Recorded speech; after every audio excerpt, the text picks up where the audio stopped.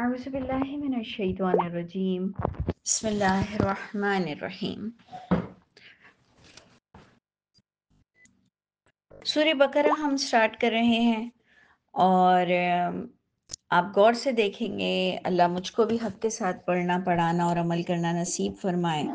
اللہ تعالیٰ نے ہمیں پھر زندگی میں موقع دے دیا کہ ہم دوبارہ قرآن کو پھر ری اسٹڈی کر رہے ہیں، جو کہ ساری زندگی کرنا ہے، ساری زندگی اصلاح کرتے رہنا ہے۔ کوئی کمپلیکس نہیں ہونا چاہیے کہ پہلے کچھ اور کہا تھا تو اب کچھ اور کہہ رہے ہیں۔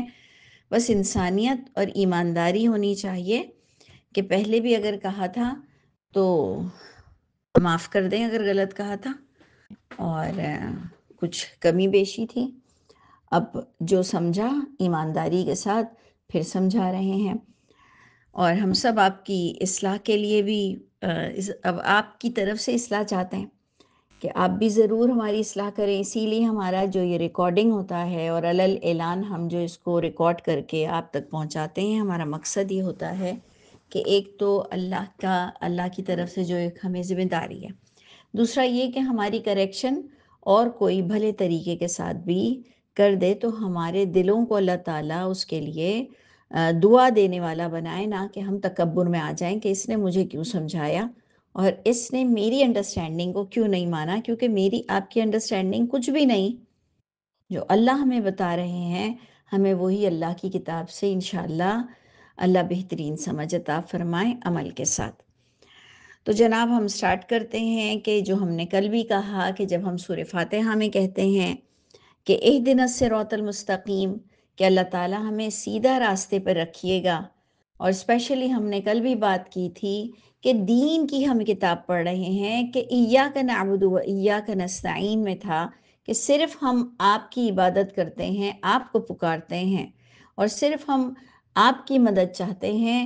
یعنی ہم نے کہا تھا دین کے ناطے سے ہم اس کو فوکس کریں گے، نہیں تو ہمیں غیر اللہ کی دنیا میں مدد کی بھی ضرورت ہے، اور ہم غیر اللہ کو دنیا میں اپنی زندگی، اپنی خواہشات، اپنے معاملے میں بھی، اپنی پرسنلی بھی ہمیں ایک دوسرے کی مدد کی بھی ضرورت ہے، ایک دوسرے کو پکارتے بھی ہیں۔ یہ الگ بات ہے کہ بندگی نہیں کرتے ہیں، لیکن ہم غلام بھی کئی لوگوں کے ہیں، یعنی ہم امپلائی بھی تو ہیں نا، امپلائی ایک غلام بھی ہوتا ہے، لیکن یہ ہم دین کی کتاب پڑھ رہے ہیں۔ دین کے معاملے میں ہم نہ کسی اور الہ کو مانیں گے، آخرت کے معاملے میں ہمارا کانسیپٹ بہت کلیئر ہوگا کہ کوئی شفاعت نہیں کر سکتا، کوئی مدد کو نہیں آ سکتا، سارا معاملہ اللہ کے ہاتھ میں ہوگا، اور اس دن اچھوں کے ساتھ اچھائی ہوگی، بروں کے ساتھ برائی ہوگی۔ آج دنیا میں بروں کے ساتھ بھی اللہ تعالیٰ اچھائی کرتے ہیں، لیکن قیامت میں معاملہ بالکل چینج ہوگا۔ ایکچول ہم اس وقت یہ کانسیپٹ کے ساتھ پڑھ رہے ہیں کہ ہم نے اللہ سے سیدھا راستہ مانگا، اور اللہ تعالیٰ ہمیں بتا رہے ہیں کہ ذالک الکتاب لا ریب فیہ۔ تو اس میں دو چیزوں کو ہم نے ڈسکس کرنا ہے۔ ایک تو ہم کہیں گے کہ اللہ نے ہمیں کوئی بخاری مسلم کوئی کتاب نہیں دی، اللہ نے ہمیں کہا یہ الہامی کتاب ہے جسٹ، اور قسم کھا کے میں تو کہہ دیتی ہوں مجھے میرے نبی نے صحیح ستہ اور بخاری مسلم نہیں دیے۔ آپ کو دیے تو بتا دیں مجھے۔ میں نے پہلے بھی آپ سے کہا تھا ہم تو اصلاح کے لیے بیٹھے ہیں، کیا آپ کے نبی جو کہ میرے نبی بھی ہیں، جو کہ میں بھی اون کرتی ہوں محمد صلی اللہ علیہ وسلم کو آخری نبی اور رسول، وہ آپ کو قرآن کے علاوہ کوئی اور کتاب دے گئے؟ کوئی اور اپنی ایک سنگل حدیث بھی قرآن سے ہٹ کر دے گئے؟ مجھے تو نہیں دے گئے ہیں۔ تو جناب میں صرف اس کی مکلف ہوں، مجھ سے صرف اس کے بارے میں سوال ہوگا۔ میرا ایمان ہے کہ قرآن کو قرآن ہی سمجھائے گا، اللہ نے ہمیں کسی غیر اللہ کے حوالے نہیں کیا، خود اللہ کے نبی کو بھی اللہ نے کتاب کے ہی ذریعے سے سمجھائی ہے۔ تو یہ کتاب ہے، اس سے آپ کو سیدھا راستہ ملے گا۔ اور جو سیکنڈ پوائنٹ ہے کہ ڈسکشن کے قابل ہے، لا ریب فیہ، کوئی شک نہیں اس میں۔ اب یہ میں کہہ رہی ہوں، یعنی یہ سب سے پہلے محمد صلی اللہ علیہ وسلم پر جب وحی اتری تو انہوں نے کہا تھا کہ کوئی شک نہیں ہے اس میں، تو اس کا کوئی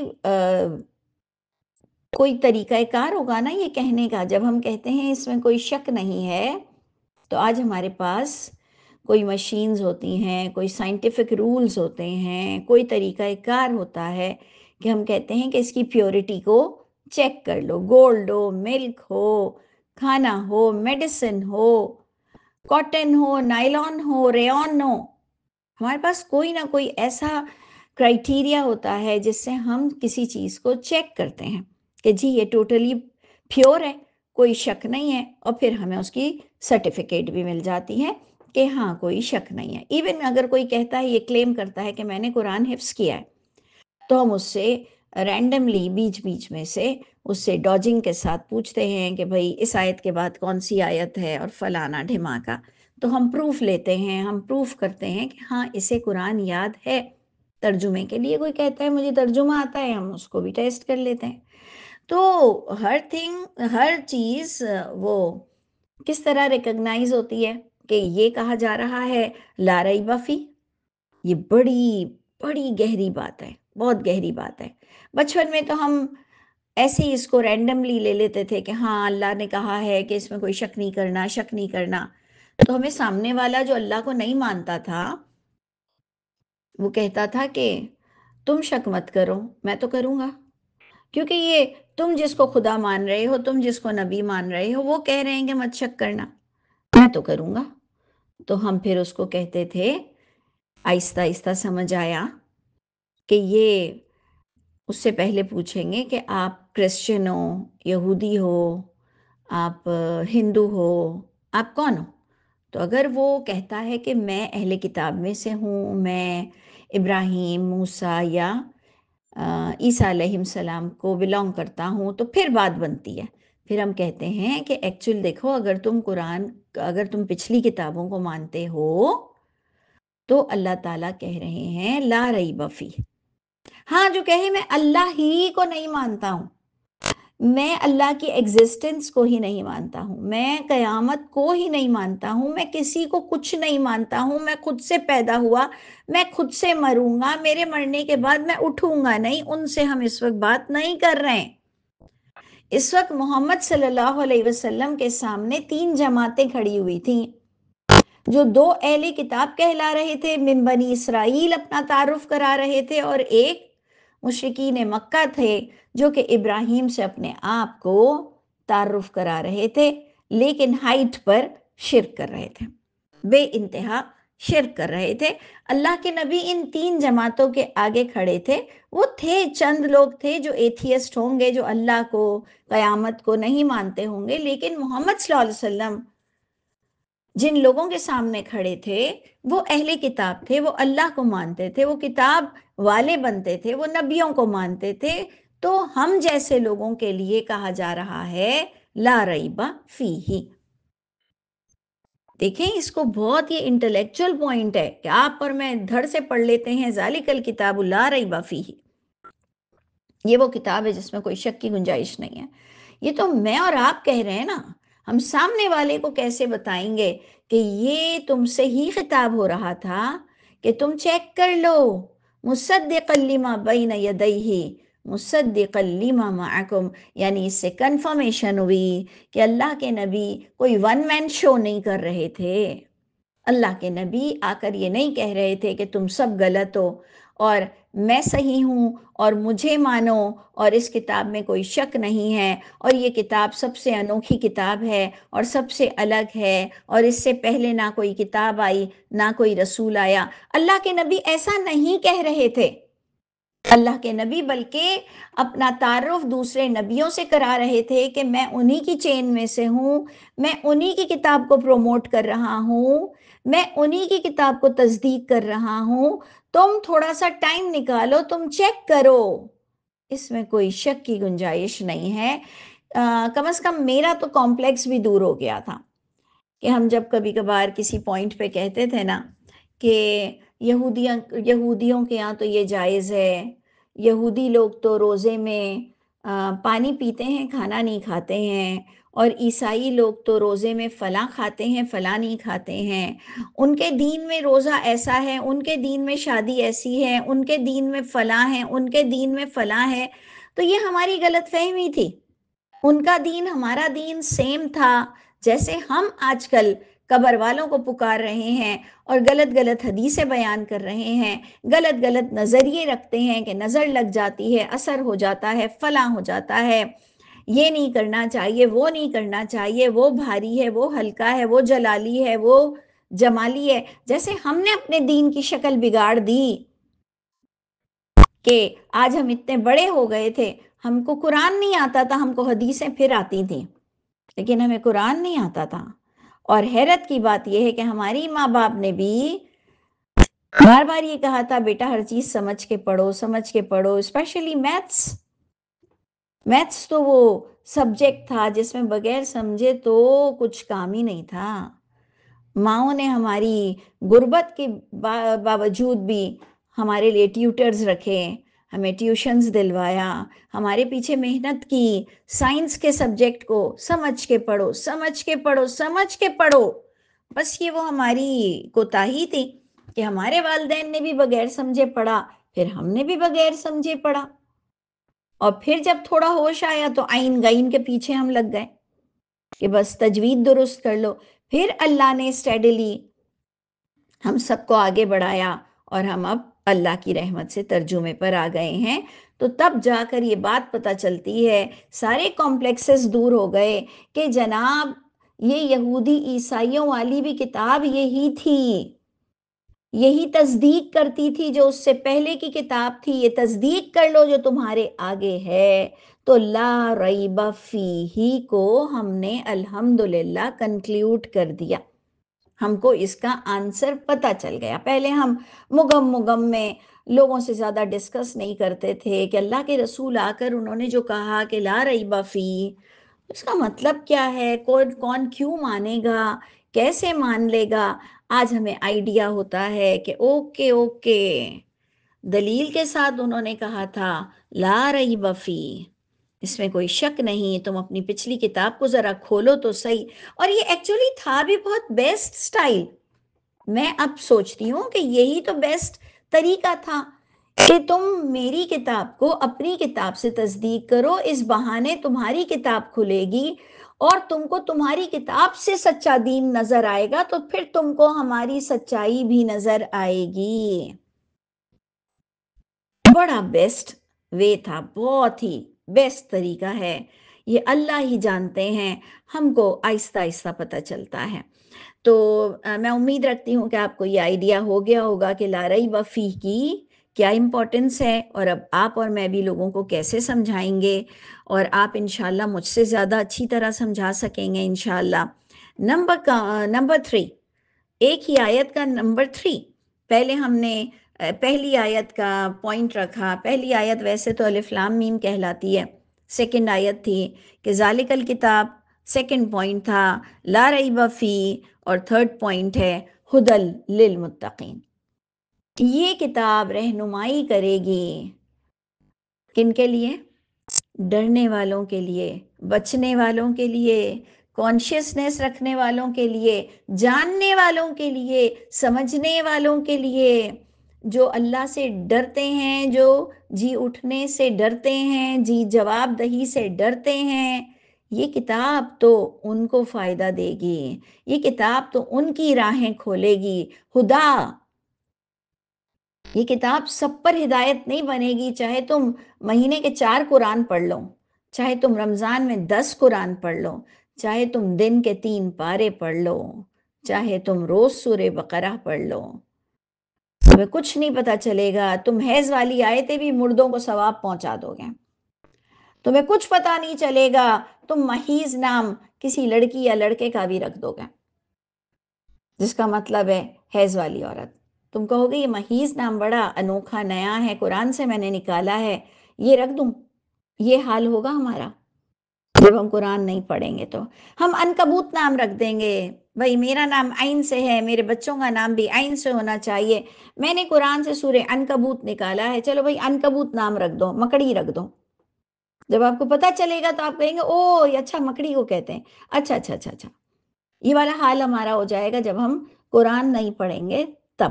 اور پھر آپ اچھی طرح جانتے ہیں قیامت کے دن ہم جاہلوں میں، بے وقوفوں میں، غریب، بے انتہا جو لوگ ہوں گے جو کہ اللہ کے نزدیک ختم ہوں گے، یعنی ان کے اندر ہم کھڑے ہوئے ہوں گے۔ سوچئے کہ ہمارا کیا حال ہوگا کہ ہم نچلے درجے میں بیٹھے ہوئے ہوں گے۔ اللہ ہم سب پہ رحم فرما دے۔ تو ہدی للمتقین، یہ کتاب رہنمائی کرے گی، راستہ دکھائے گی جو بچنا چاہتا ہے۔ نہ کہ ہم نے اس کا جو ترجمہ کر دیا کہ یہ کتاب تو رحمت ہے، ہدایت ہے متقین کے لیے، جو بڑا پاک دامن ہو، جو وضو کر کر بیٹھے، جو 5 وقت کا نمازی ہو، جو روزے رکھتا ہو، جو تہجد پڑھتا ہو، یہ کتاب تو اس کو روشنی دکھائے گی۔ نہیں، ایسی کوئی شرط نہیں ہے، ایسی کوئی شرط نہیں ہے۔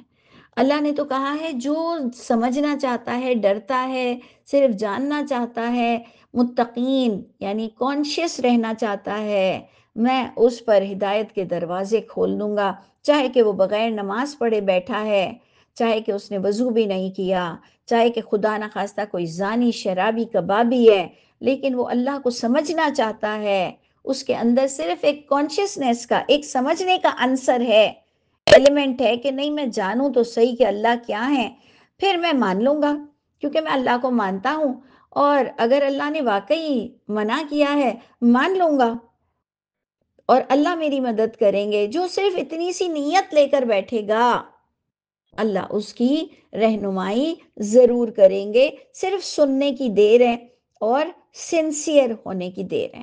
تو یہ جناب ہم نے جو پہلی آیت سورہ بقرہ کی، جو کہ ہے تو نمبر 2، ہم نے اس کے 3 کلاسیفیکیشن کیے۔ اللہ ہم سب کو عمل کرنے والا بنائے، سمجھنے والا بنائے۔ آگے چلتے ہیں کہ خاص یہ اب اللہ تعالیٰ جن لوگوں میں یہ خصوصیات دیکھیں گے ان کے لیے اللہ تعالیٰ فتویٰ پاس کر رہے ہیں آیت نمبر 5 میں۔ آیت نمبر 3 سے ہم بات شروع کر رہے ہیں، 3 کو اور 4 کو ہم پڑھیں گے، اور 5 میں ہمیں فتویٰ مل جائے گا کہ یہ لوگ اللہ کی طرف سے NOC پا جائیں گے، ہدایت پر ہیں، اور یہی لوگ فلاح پائیں گے، یعنی جنت کی انٹری ان کو ملے گی۔ تو اب یہ 2 آیتیں میرے اور آپ کے لیے ہیں کہ اللہ کو کیا ریکوائرڈ ہے جنت کے داخلے کے لیے۔ جب ہم قرآن کو اس سینس سے پڑھ رہے ہیں کہ یہ پچھلی کتاب کو تصدیق کر رہا ہے، اس لیے اس میں کوئی شک کی گنجائش نہیں ہے، تو ہمارے پاس سیکنڈ پوائنٹ آئے گا۔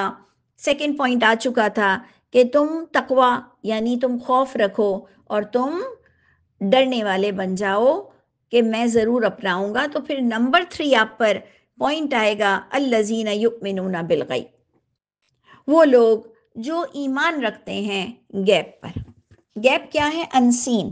اگر آپ کو واقعی آپ اللہ کو مانتے ہو، قیامت انسین ہے یعنی نظر نہیں آتی ہے، اعمال نامے انسین ہے، دکھائی نہیں دے رہے ہیں، فرشتے انسین ہیں، آپ کو ایمان رکھنا ہے کہ میرے دین کے مطابق، پچھلی کتابوں کے مطابق، اہل کتاب کے بھی مطابق فرشتے ہیں، اعمال نامے ہیں، آخرت کا دن ہے، روح ہے، روح نکلی جاتی ہے۔ ہم کو بہت سارے ایسے گرے ایریاز نظر آتے ہیں جس کو اللہ نے کچھ کو سمجھایا، کچھ کو نہیں سمجھایا۔ تو ہمارے کچھ کانسیپٹ ہیں، جیسا کہ ہمارا دماغ ہے، نہیں نظر آ رہا ہے کہ یہ اندر سوچتا ہے اور کام کرتا ہے، لیکن ہمارا ایمان ہے کہ دماغ چلاؤ، دماغ چلاؤ۔ چلاؤ میں بھی ہمیں پتا ہوتا ہے کہ ہم کوئی اس کو سپیڈ نہیں دیتے ہیں، وہ خود بخود چلتا ہے، صرف ہمیں تھوڑا خیال رکھنا ہے، سوچنا سمجھنا ہے۔ یعنی ہم بہت بامحاورہ باتیں کرتے ہیں، دماغ چلاؤ، اور دل تمہارا لگتا نہیں ہے۔ تو دل کیسے لگایا جاتا ہے؟ انسین چیزیں ہیں، بامحاورہ باتیں ہیں، لیکن ہم ان تمام چیزوں کو مانتے ہیں کہ دل لگے گا تو جگہ ہوگی، ہنسو گی تو دل خوش ہوگا۔ دل کیا خوش ہوتا ہے؟ دل کوئی چیز ہے جو خوش ہوتا ہے؟ سارے بامحاورہ باتیں ہمیں بہت اچھی طرح سے سمجھ آتی ہیں۔ تو بس اللہ تعالیٰ نے فرمایا ہے اگر تم مجھے مانتے ہو تو الذین یؤمنون بالغیب، وہ لوگ جو جو باتیں الہامی کتاب میں، پچھلی الہامی کتاب میں بھی لکھی ہوئی ہیں، وہ ایمان لائیں گے، انسین کا، اللہ کا، بن دیکھے چیزوں کا۔ اینڈ نمبر 2، اپنی نظام صلات، اپنے گڈ ڈیڈز، اپنے ویلفیئر، اپنی پڑھنے والی نماز اس کو قائم رکھیں گے۔ میں بہت ہی دل سے کہتی ہوں کہ اللہ تعالیٰ نے ہمارے لیے 5 وقت حاضری فرض رکھی ہے، ہمیں اللہ کے حضور جانا ہے۔ یہ الگ بات ہے کہ انشاءاللہ ہم آپ کو بتاتے چلے جائیں گے کہ جو ہمیں الجھایا گیا ہے کہ اتنی سنتیں، اتنی نفلیں، میں خود پڑھتی ہوں لیکن الجھاؤ تو نہیں، خدا را الجھاؤ تو نہیں، اس پہ فرض تو مت کر دو، کمپلژن تو نہ ہو جائے کہ یہ کمپلسری ہے، فلاں سنت کے بغیر فرض اوپر نہیں جائے گی۔ ایسا ظلم مت کرو بچوں کے ساتھ، اور جو بہت مصروف ہیں اور جو کسی ایم میں لگے ہوئے ہیں اور جو فرض نماز کے پابند ہیں، ان کو کیوں جھوٹی باتوں سے ڈراتے ہو؟ اللہ تمہیں دنیا میں الجھا دیں گے۔ یہ میری بد دعا ہوتی ہے کہ جو لوگوں کو فضول الجھاتا ہے، دنیاوی معاملے میں بھی، دینی معاملے میں بھی، اس کو الجھنا پڑے گا، وہ اس کا مکافات عمل کا شکار ضرور ہوگا۔